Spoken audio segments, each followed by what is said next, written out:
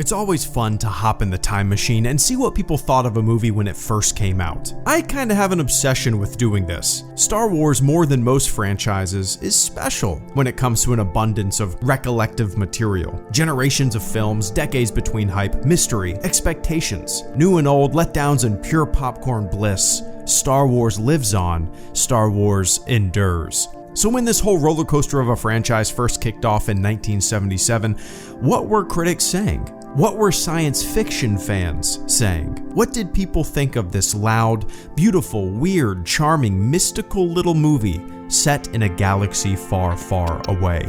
I was stranded on that planet for 8 orbits. I stunk. I needed a shave. I needed a shower. But then, a savior. I am proud to be working with Dollar Shave Club. Dollar Shave Club airdropped some supplies to me on that godforsaken desert planet. Thank you, Dollar Shave Club. The shower starter set, the oral care starter set, the shave starter set. And right now you can get all of these starter sets for just $5 each. They'll ship it right to your house. Or a monster-infested cave on a forgotten planet. I wake up at 5 a.m. every morning, brush my teeth with the Superba toothbrush, which is Romanian for beautiful, shave my face with the executive razor in the Dr. Carver's Easy Shave Butter, wash my body, and shampoo my hair with what I think is the best smelling thing in all of these sets, the Sage and Black Pepper Shampoo. Dollar Shave Club does more than razors, shower, oral, and even butt wipes. And if you've ever tuned into one of my live streams, you've no doubt heard me talk about butt wipes in my United States Navy deployment. Get clean. Go to dollarshaveclub.com/HelloGreedo to get your first starter set for just $5. Supporting Dollar Shave Club supports the HelloGreedo YouTube channel, so thank you in advance. Try to imagine yourself in 1977, in a time when Star Wars was just coming into existence. John Simon, New York Magazine. Oh, dull world. We are treated to a galactic civil war, assorted heroes and villains, a princely maiden in distress, a splendid old man surviving from an extinct order of knights who possessed a mysterious power called the Force, and it is all as exciting as last year's weather reports. Time Magazine. The result is a remarkable confection, a subliminal history of the movies, wrapped in a riveting tale of suspense and adventure, ornamented with some of the most ingenious special effects ever contrived for film. It has no message, no sex, and only the merest dollop of blood shed here and there. It's aimed at kids, the kids, and everybody. Joy Gold Boyum, The Wall Street Journal. There's something depressing about seeing all these impressive cinematic gifts and all these extraordinary technological skills lavished on such puerile materials. Perhaps more important is what this seems to accomplish: the canonization of comic book culture, which in turn becomes the triumph of the standardized, the simplistic, mass-produced, commercial artifacts of our time. Space War! The exciting new science fiction series from George Lucas. Dress up like the evil Death Invader, or one of his dastardly space troopers. Roger Ebert, The Chicago Sun-Times. The hardware is from Flash Gordon, out of 2001: A Space Odyssey. The chivalry is from Robin Hood. The heroes are from the westerns and the villains are a cross between Nazis and sorcerers. Star Wars taps the pulp fantasies buried in our memories, and because it's done so brilliantly, it reactivates old thrills, fears, and exhilarations we thought we'd abandoned when we read our last copy of Amazing Stories. Carrie O'Quinn, Editor-in-Chief, Starlog Magazine, Issue 8. As I was leaving the theater after my first screening of Star Wars, I heard two people arguing about the scientific accuracy of some of the film's dialogue. Someone walking up the next aisle also heard and shouted across the room, "So what?" He was right.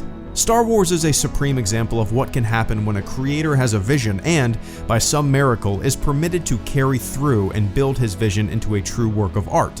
Many a young life will be changed forever by the inspiration that Star Wars engenders, and consequently, so will the world.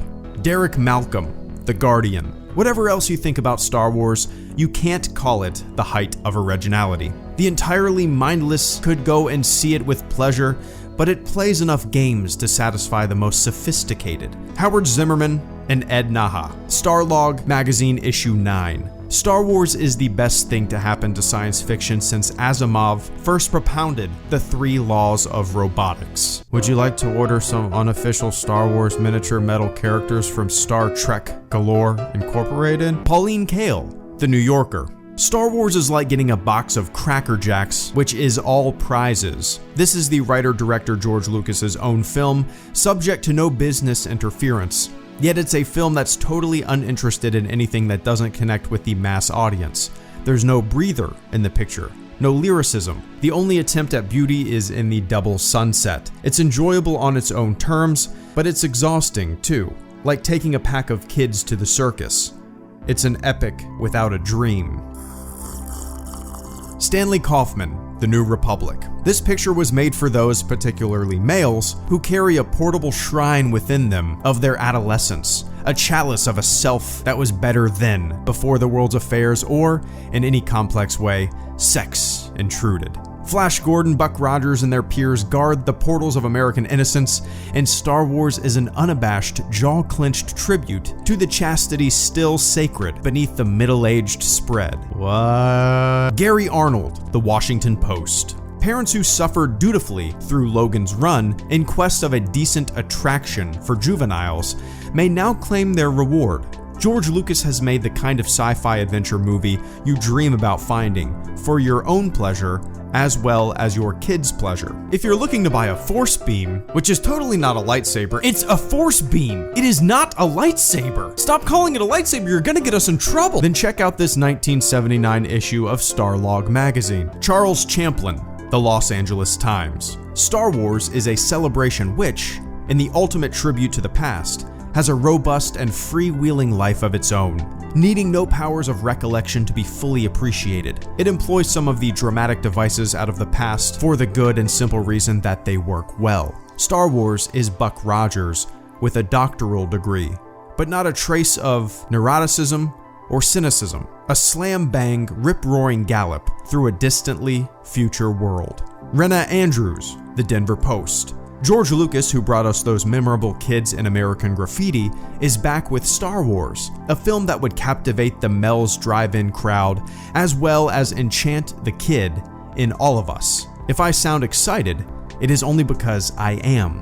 Star Wars sweeps you off your feet, defies all sense of gravity, and takes you onto the most enjoyable, brilliant, intergalactic journey ever.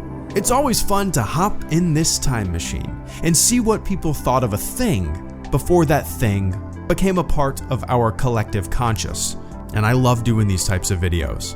Until we meet again, time travelers. HelloGreedo, out.